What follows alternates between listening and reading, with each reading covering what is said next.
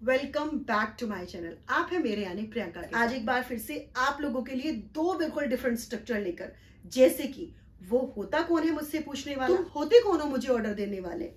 भाई काम जमाने में समय लगता है, पैसा कमाने में वक्त लगता है। yes guys, इस तरह के ये दो डिफरेंट स्ट्रक्चर लेकर मैं आप लोगों के सामने आ चुकी हूँ।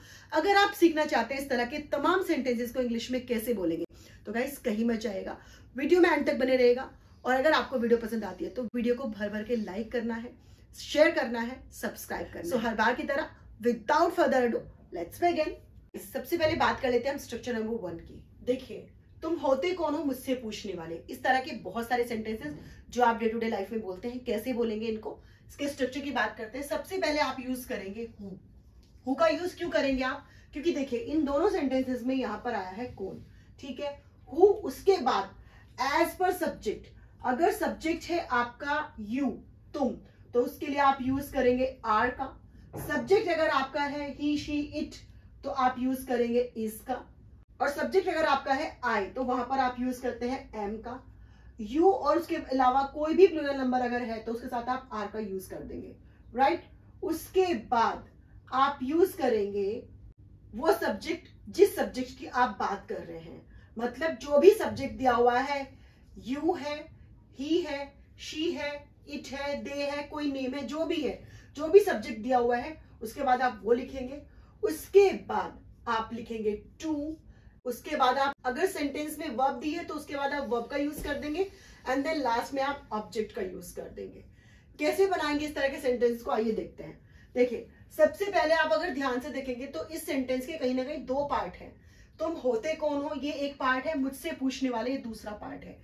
वैसे देखिए, वह होता कौन है, इसको आप एक पार्ट मान लीजिए सेंटेंस का, ऐसा कहने वाला, इसको आप दूसरा पार्ट मान लीजिए। इससे आपके लिए इजी हो जाएगा इस तरह के सेंटेंसेस को फ्रेम करना इंग्लिश में। अगर हम नॉर्मली बोलते हैं तुम कौन हो, तो हम बोलते हैं ना हु आर यू, है ना। अब यहाँ पर फर्क कितना है, तुम होते कौन हो कैसे बनाएंगे। देखिए, सबसे पहले आप कौन की इंग्लिश लिखेंगे हु। उसके बाद सब्जेक्ट है आपका यहाँ पर तुम, तो तुम के अकॉर्डिंग मैंने आपको ऑलरेडी बताया कि आप आर का यूज कर देंगे, आर। उसके बाद सब्जेक्ट कौन है, तुम, तो यू। हु आर यू, बहुत इजी सा, इसको बना देंगे ऐसे। उसके बाद मैं आपको बता चुकी हूँ आप टू का यूज करेंगे, टू। उसके बाद क्या काम हो रहा है, पूछने का काम हो रहा है, तो यहाँ पे यूज कर देंगे आस्क। किससे, मुझसे, तो यहाँ पर आप यूज कर देंगे me. Who are you to ask me, वह होता कौन है ऐसा कहने वाला, तो यहाँ पर भी कौन की इंग्लिश सबसे पहले लगाएंगे आप हु। उसके बाद आपको देखना है सब्जेक्ट। सब्जेक्ट क्या है आपका, वह है, तो मतलब वह के अकॉर्डिंग आप इज का यूज कर देंगे। ही के अकॉर्डिंग मैं ऑलरेडी बता चुकी हूं, आप इज का यूज करेंगे। ही, हु इज ही, क्या, उसके बाद आप टू का यूज करेंगे, ठीक है। देन क्या काम हो रहा है यहाँ पर, ऐसा कहने वाला, कहने के लिए इंग्लिश में आप कहते हैं से, और ऐसा के लिए आप यूज करेंगे this. Who is he to say this. तुम होते कौन हो मुझे ऑर्डर देने वाले।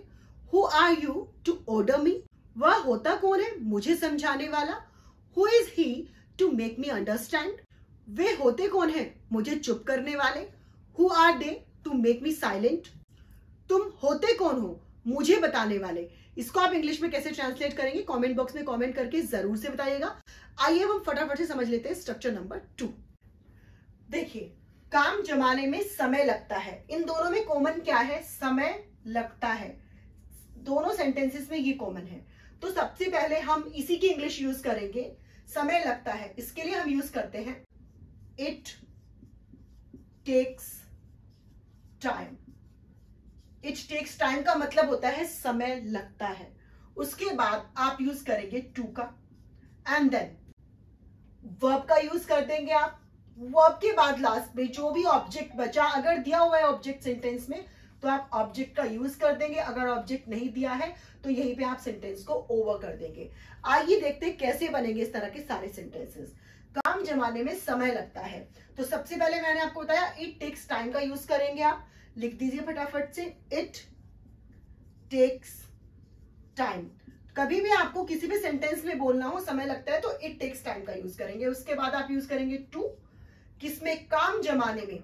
तो काम जमाने का मतलब क्या होता है, एस्टेब्लिश अ बिजनेस, मतलब किसी भी बिजनेस को स्टेब्लिश करना। तो आप यूज कर देंगे एस्टेब्लिश